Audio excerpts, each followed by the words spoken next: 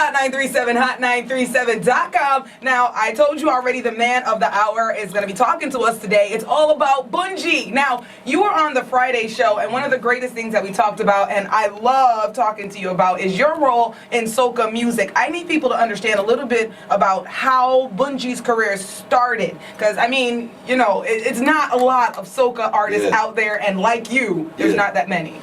Yeah, well, this all started in 1999 back home in Trinidad. Of course, the musical scene that I grew up on before entering the arena in '99 was very somewhat contradictory. Yeah. Because I'm from Trinidad and Tobago, everyone expects that because the national music is calypso and soca, that is what we grew up on. Yeah. But because we are a cosmopolitan society and a very interreligious society, I grew up, of course, in a Pentecostal home. Yeah. So when carnival time would come around, my mom would take us, all the brothers, nephews, nieces, whatever, and group up with the rest of the church, and we go to what they call church camp during the carnival season. So you don't see what's going on? You don't see what's going on, you don't hear what's going on, right? So while we were blocked from the music that was right in front of us there, of course we will be hearing all the music from around the world. So you'll be hearing the zouk, the reggae, the what was called dub at the time, you know, rap before it was before the word hip hop was heavily used like that. And it's seemingly strange. They had no problem with us listening to music from around the world. Right. That probably had the same content that soca had in it anyway. Yeah. Or even worse. Or just rephrased. Right? And then after that, of course, there was the situation of when Ash Wednesday comes.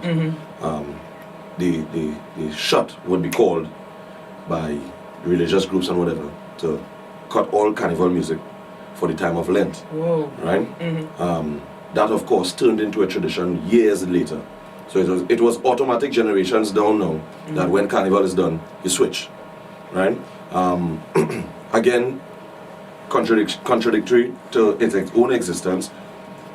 We cut the music off at Ash Wednesday, but all other smart music from around the world we welcome, and it's a cool scene. Kids going to the parties that play the music, parents have no problem with it, and we used to be like, wait, all right. But because of that influx of music from around the world, we started emulating what we was hearing, right? And because it was more evident, it was more in our face than the music that was right home. So basically what I started in was like more like on what would be our version or interpretation of dancehall. Yeah. Right?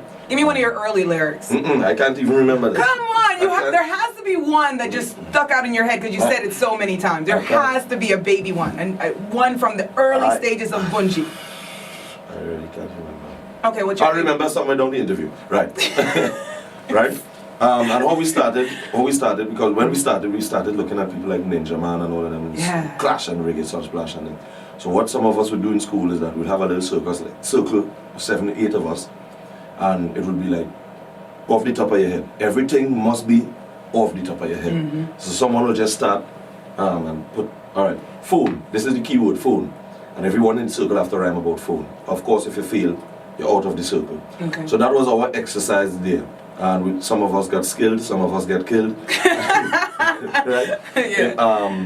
And while I was searching now to find myself in studios and stuff like that, one producer I met was Ital D. He introduced me to another producer named Darryl Braxton. Right. Darryl Braxton is who told me, he recorded my first track, Send That Rhythm Crazy, for 1999 Trinidad and Tobago Carnival. And he told me, he said, Bunji, he said, don't feel bad about what I'm about to tell you. He said, but in Jamaica, there's like 1 million artists that didn't even get a chance to come out here. So don't think that they're going to look outside before they look inside. He said, so take what you do and put it on soca. I said, all right, and I did. So the first track, Send That Rhythm Crazy, with the Aliyah backdrop, doom, doom, do do do do do. Song take off, young person on the scene, green hair, green shoes, green outfit. Green hair? Fluorescent green hair, sprayed. So, because saleability, gimmick, right? I mean, green hair. Yeah. Well, who made that decision? Well, me. Because I had already gotten the fluorescent green Adidas. I got the green outfit and I was like, you like the Irish thing? I need something else. Yeah.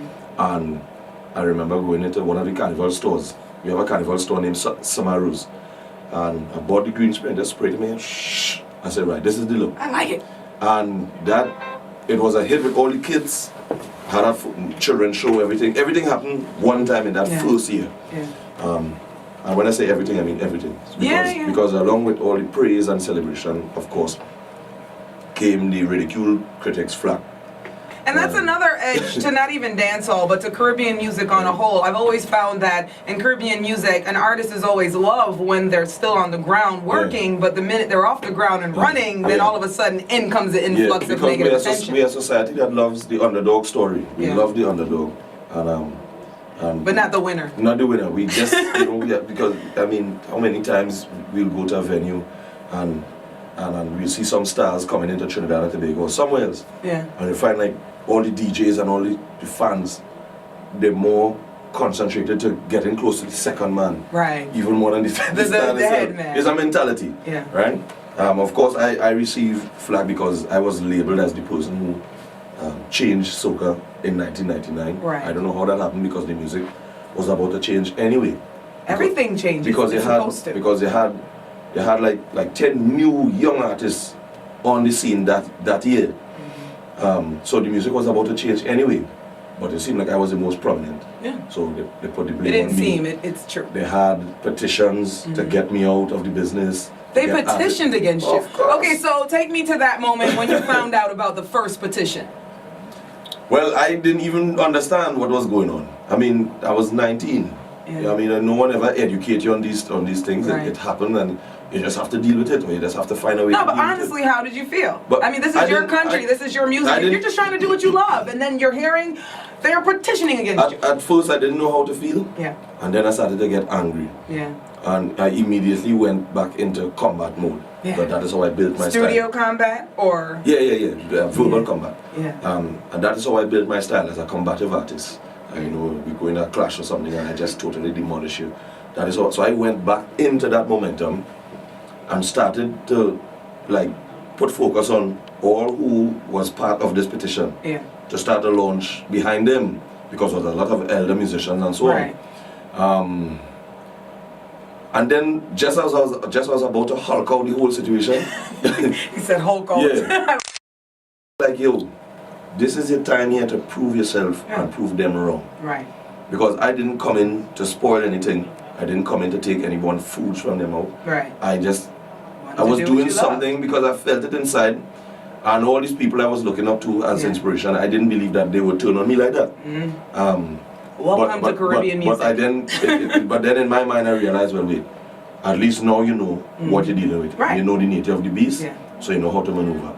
So I started going different avenues that they wouldn't expect. So I started singing type songs that they would expect them to sing. I'm not a young person like me to sing.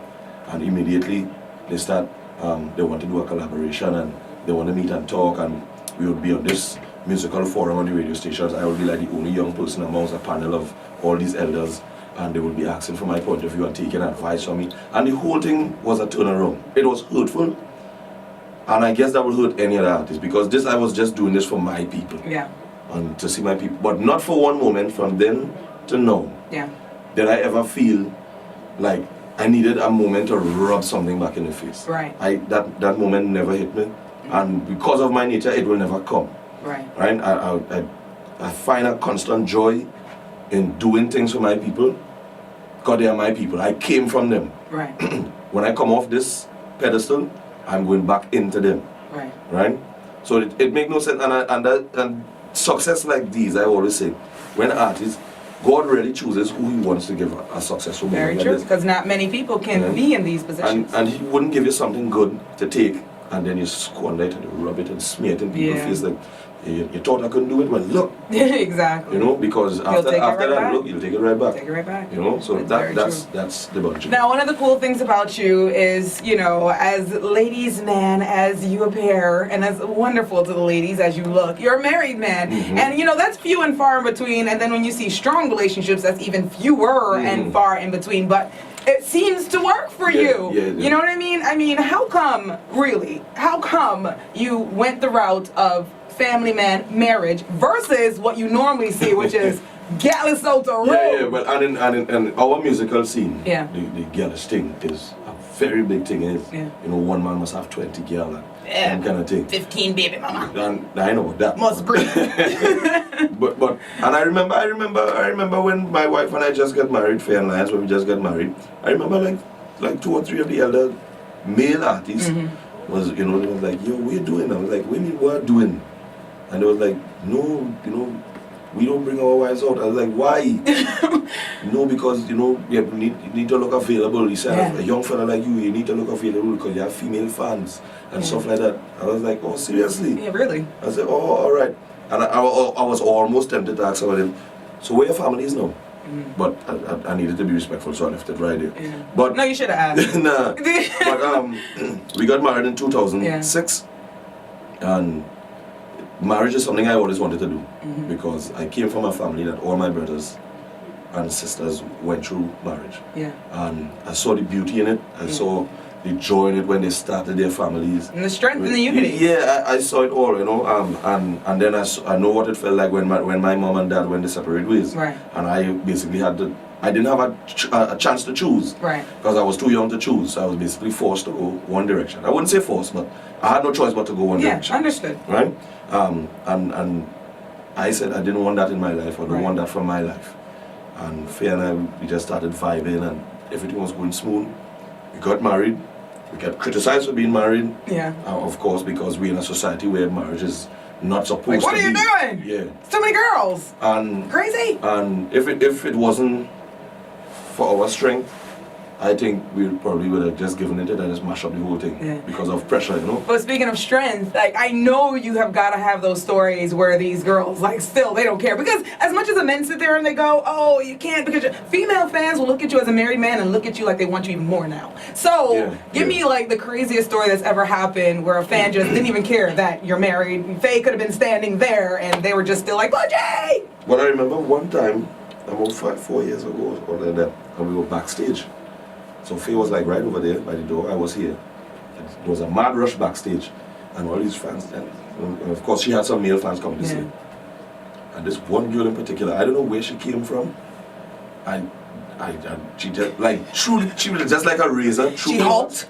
She just slid through the crowd, bunch of them, grab on and grab, and somehow this lady find a way to get her hand in my pants in my God. One shot. She had ninja skills. One shot, and by the time I was like, what you know, she was just out and gone. And like, what a crazy thing is this? She just wanted to see what was going on. And I mean, things like, we always have to be on the lookout for those sorts because they just like, they get crazier by the minute. Yeah, and it's only going to get bigger for you. Differentology is out, it's in the stores, it's doing wonderful things. You won the Soul Train Music Award. It was you against Marshall Montano. That must have been like the ultimate competition. I'm sorry, but I mean, if I were you, I'm going to be honest, you both are awesome artists. So let's just put that out there first. But I mean, if I were you, I'd be sitting there looking at it like, yeah. You know what I mean? So be honest, like when the award time came and you were sitting there, like, did you think you were going to win? No, I wasn't sure that I was going to win. But I was very hopeful. Yeah.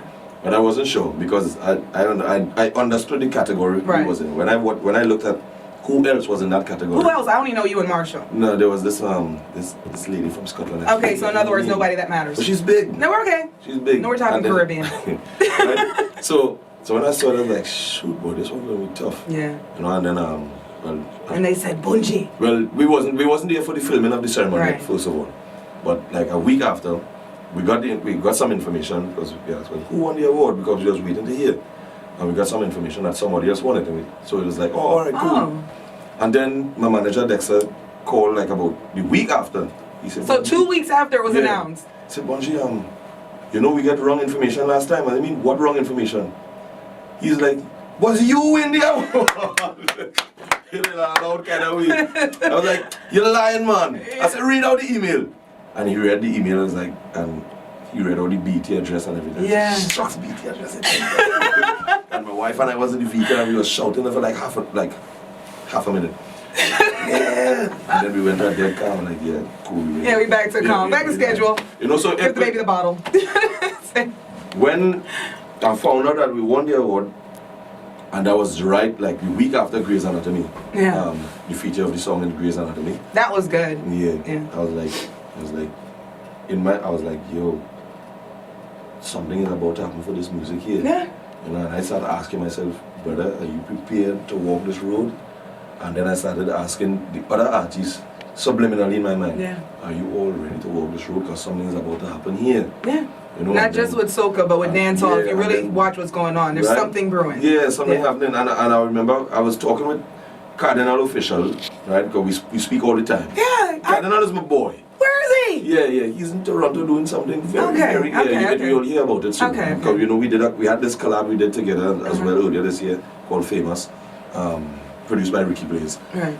And from since then we always holding that vibe. We always talking, always conversing, and keep saying, yo, something is going to happen for Caribbean music in a way that it hasn't happened before. Yeah. You could feel it. You could feel it down inside. And well, of course, when we won the award, Marshall Montano, he sent the congratulations over Instagram and Twitter and stuff. I, of course, responded and gave him congratulations for being nominated as well. So the misinformation was that Marshall won? No. Oh, you frightened me. Because I was like, if you told him congratulations and then you won, that must have really sucked. No. He told me first upon winning the award. Okay. And I responded likewise and say, you know, and congratulations. That's as awesome. Well. Because it could have gone either way and it would have been a cool scene. Yeah. At the end of the day, it was for Trinidad and today. Right. I would love to see a concert. I would love to see you and Marshall do a whole tour together. I think that would be all of the biggest arenas. Yeah, a lot of fans calling for that right now. And I do think a lot of our artists need to start bringing that. I mean, regardless of the competition or the feeling of the competitiveness, I'm pretty sure it can be worked out. Sometimes you headline, sometimes you go first. It doesn't matter, switch watch. But I would love to see that. God is in charge of all things. Yeah. So. Okay, so that's where I'll put that. He'll leave that there. Differentology is now available, and like I said, it's already doing so well. You won the award, congratulations. But moreover, it really is a CD that if you love soca, you're gonna love it. If you are not the biggest soca fan, you're still gonna love it. You know what I mean? So it's really a great album. Who helped you produce it? Like, who are some names that you know were very influential in making it happen? The album or the song? The album. No, not the song, the album. Well, the album is being done by VP Records. Right. Right, and there's a great slew of producers that I've worked with for this album. Just Now, which is one guy from Trinidad, one guy from London, Keisha and Sam. They have a group called Just Now. Right. They also have an international remix of a song that I did previous year called Turn Up, that is destroying the UK right now. Right. That was just remixed by Stylo G out of the UK. Okay. Sheriff, of course, who produced Differentology, produced some of the other tracks on the album. Madman producers who did Carnival So and So for me last year. Also on their First Class, wicked young producer. Right. From my band, the keyboardist from my band himself, Keston Patricks, who produced stages for the album, and he did the original Turn Up as well. So it is more or less like new bloods is who I work with. That's what I'm noticing. Right? That's why I asked you that.